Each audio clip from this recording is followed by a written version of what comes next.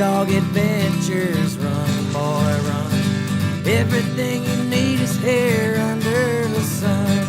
Everything you need is here under the sun.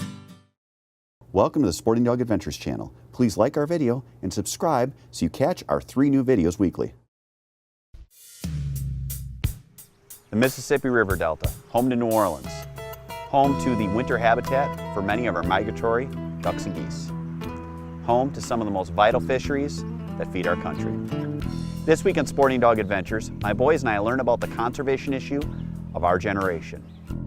I hope this show depicts how tragic it is that this ecosystem is slowly washing away. Our trip takes us out with the people of Vanishing Paradise, where we learn how we can stop the destruction of the Mississippi River Delta. The first part of the show is a conversation that my son Clayton has with Lan Tawney of Vanishing Paradise. Lan talks to Clayton about what is causing the destructive erosion that is affecting the Delta.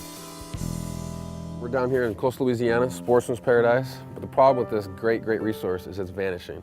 Right? Every single day, over 24 football fields are lost.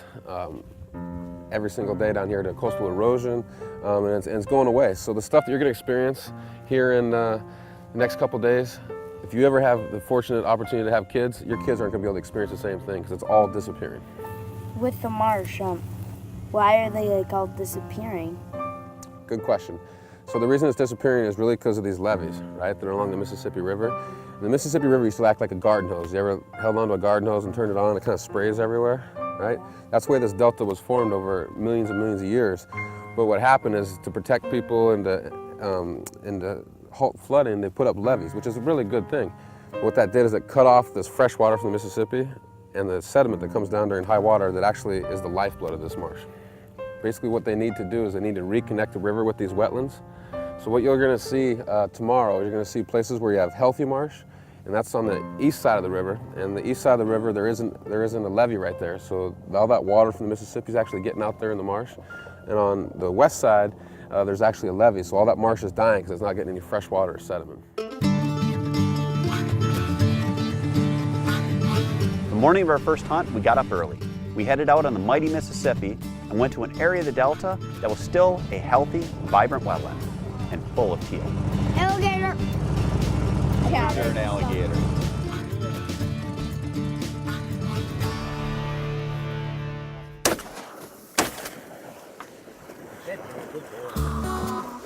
I bailed you out on that one?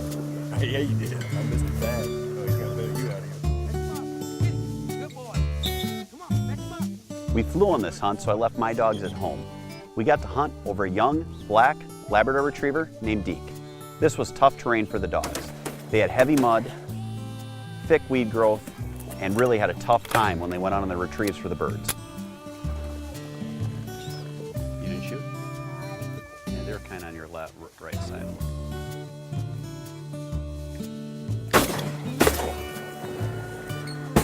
I got that one.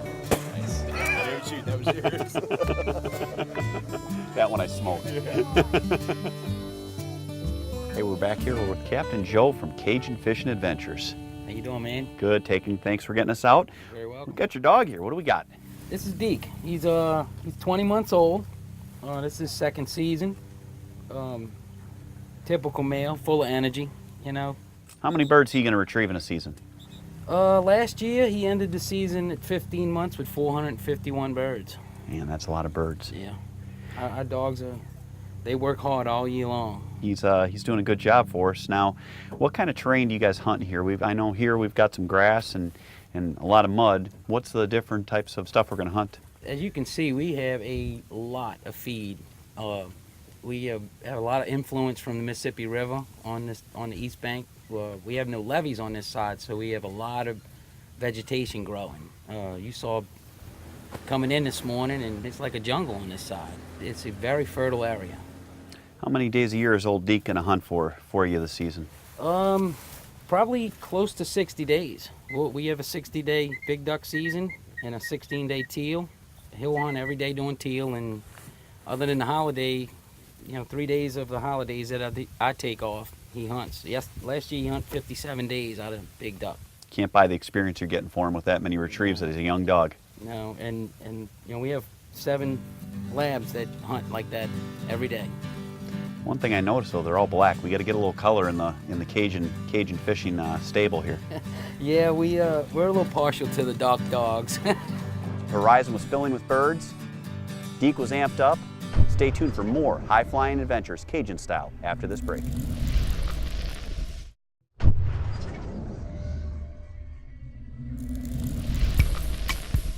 Welcome back to Sporting Dog Adventures. I'm Paul Cortez with Labrador Retrievers. Today we're going to talk about de-cheating a dog. Essentially, it teaches the dog a straight line to the bird and a straight line back. It gets the dog in the water quickly and gets the dog out of the water quickly. Basically, there's 2 steps to this drill. The first step is teaching a direct line to the bird and a direct line back. We'll do this by throwing the bumper about 5 yards into the water, and we'll send him as a normal mark. Pick it. He's completely surrounded by water. It's a direct path to the bird and a direct path back. That's it. Good. Second step is tossing the bumper closer to the shore so he's tempted to cheat the shore and come back versus taking the water as a direct path. We'll do this by tossing the bumper closer to the shore. If he does cheat the shore, I'll give him a correction with the e-collar and you'll hear him say hot, hot, hot. He cheats, hot, hot, hot. Good. Sit. Now that he cheated the shore, we're going to do the first step over. Pick it. So now that he's in the water, he's not getting any correction. So he's going to associate the correction with the shoreline. Good. Sit. So now we're going to repeat step number 2. Pick it.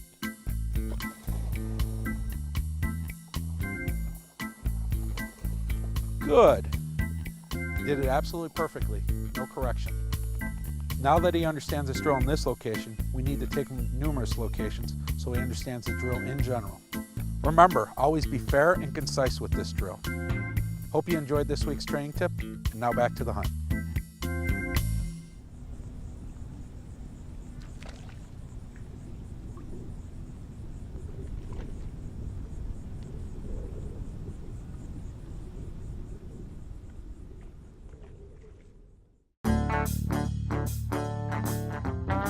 Welcome back to Sporting Dog Adventures. I'm here with Lan Tawney from Vanishing Paradise. Lan, thanks for having us out for a hunt.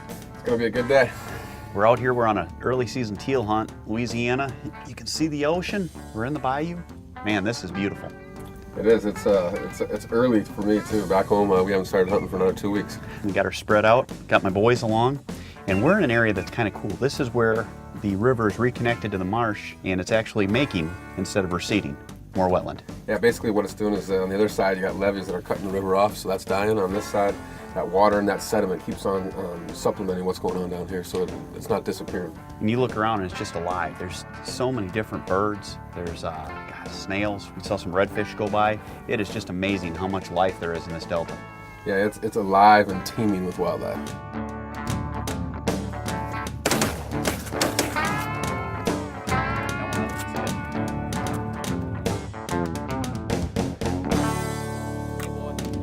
I had my boys along for this hunt, and it was early September. The good news, it was really comfortable for them in the morning, which was great. On the other hand, it got to the low 90s in the afternoon.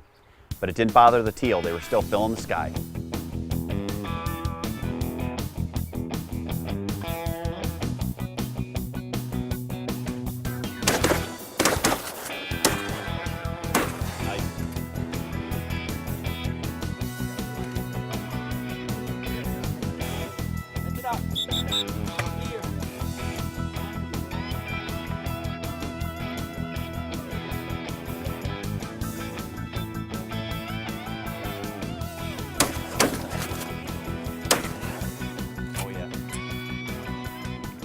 It was great to be out with the people of Vanishing Paradise and learn how the river can be used to put sediment back into the delta to reverse the damage caused by the erosion.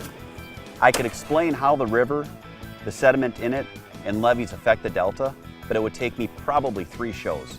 You can learn more about this and how it affects the river and the delta itself by going to vanishingparadise.org. Oh, that was awesome! Good boy, good boy. At the end of our first day, my boys and I were overwhelmed with the amount of birds in the air, as well as the rest of the diverse wildlife that was in the delta.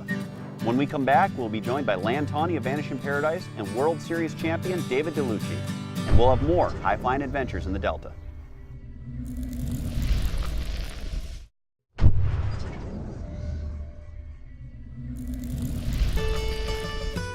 Welcome to Kids Corner. This week I'm going to learn what a wetland is. Cole, where are you from? Wisconsin. Wisconsin. You guys got ducks up there? Mm-hmm. What happens to them this time of year? They migrate. They migrate? Where do they go? They go north? South. South. Why do they go south? Because there's a lot of food down south. There's a lot of food down south. So when it gets cold up north, a lot of stuff gets frozen up and they can't eat anymore. So they got to come down south. And so all the way from up in Wisconsin down to Louisiana, they have these wetlands that come all the way down the river. So what else does, I mean, besides providing a good habitat for fish and wildlife, what do you think marsh does? First of all, part of the environment. Yep. It gives homes for animals. Yep. And it also produces food. Produces food. And there's one really important piece too, is it provides clean water. And what happens is these marshes and these wetlands act like filters. And so when we start destroying wetlands, either the way it's happening down here or up north where you're at, by draining them, it reduces our ability to be able to filter that water. And so all that stuff that's going through those marshes, it cleans it up, and so actually we can use that for drinking water, and animals can drink it, and they'll be okay. So marshes play a vital role in our whole ecosystem. Stay tuned for more high-flying adventures.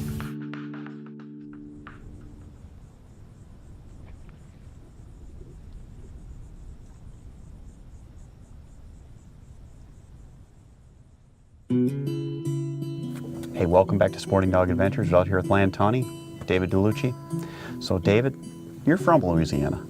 Yep, born and raised. You've seen a lot down here. You've seen a lot of the change in the habitat and the wetland getting destroyed. What's your opinion on it?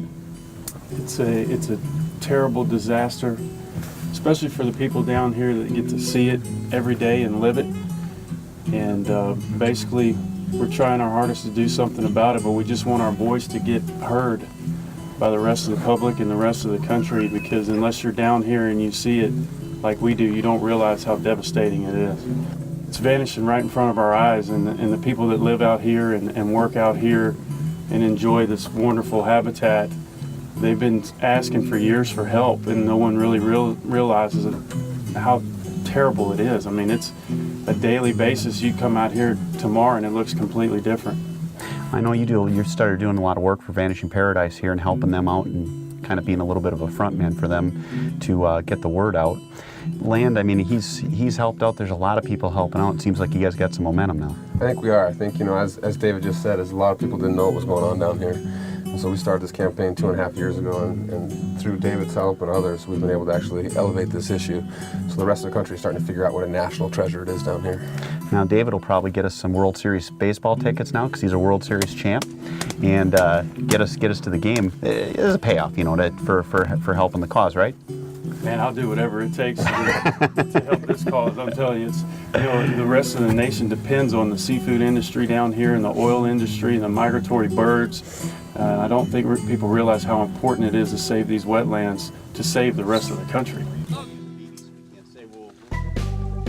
On the second day of our hunt, we went out with 2 dogs, Logan and Deke. We had to switch where we hunted because the coastal tides had changed, but that didn't stop the teal from filling the sky.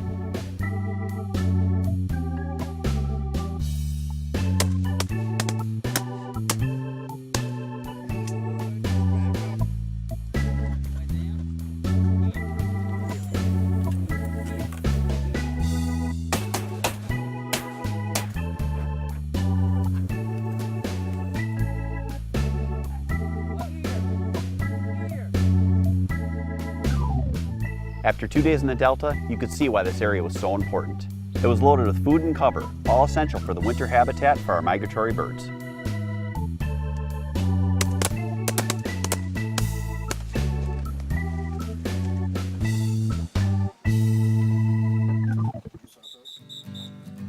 Day 2 of our trip was in the books. My kids learned a ton while hunting teal in the Delta. And when we come back, they're going to learn how to fish Cajun style. The rod tip up, okay? Hold it up, Paul.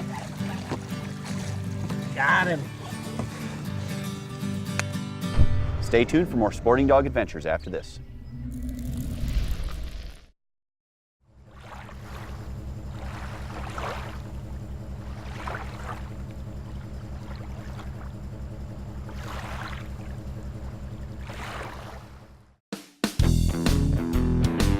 On day 3 from Cajun Fishing Adventures, we head out on a boat.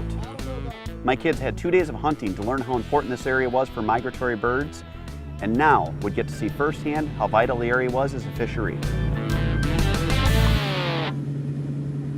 in there. See it? The Top lip. white thing. Reel. Keep reeling fast. Hold your paws in one spot. Keep reeling. Hold him, hook. Hold him, hook. Hold him, hook. Hey! Yeah. How about that? This is called a black drum. This is the first cousin to the redfish. The most dramatic thing I saw on this part of the trip was on the boat GPS. It showed that we were on land, when in reality, we were surrounded by water. Witnessing the lost wetland firsthand really drove home the point that this was a national tragedy. This little platform used to be on the bank of a canal, okay? This little pole line here is marking the old shoreline of a channel that ran completely through the dense marsh right here, straight all the way out to the Gulf. And I can remember when I was a little kid, laying on the front deck of my dad's flatboat, riding down Dry Cypress Bayou, which is where we are, and you could see, and it was marsh on both sides of you as far as you could see. You couldn't see out into the distance in all this open water. All this, where we are right now, used to be land. Wow. Don't slow down. Keep reeling fast. Hold your rod tip up, okay? Hold it up, boy. Got him. This fish is called a sheephead, okay? He's got fins that can stick you, and he's got teeth that can bite you. Got one?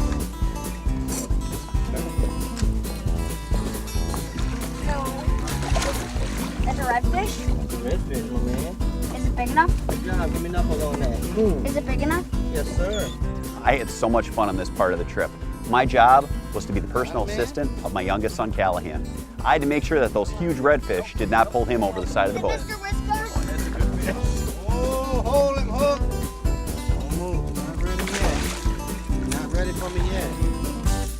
That's a red. What is that? Wow, Kelly, look at that. That's a redfish. Look at that. 22.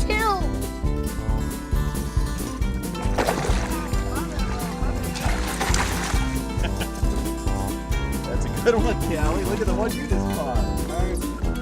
That's a redfish.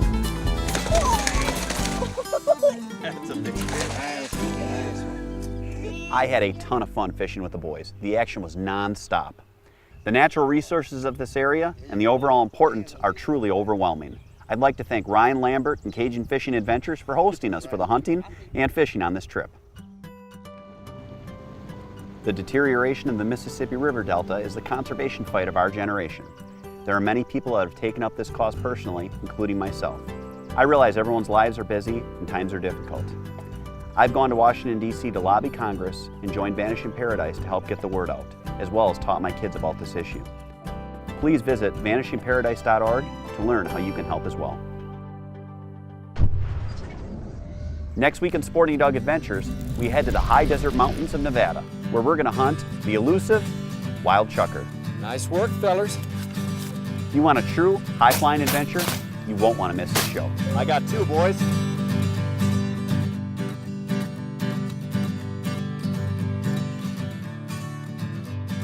Closed captioning is brought to you by Hadel's Game Calls.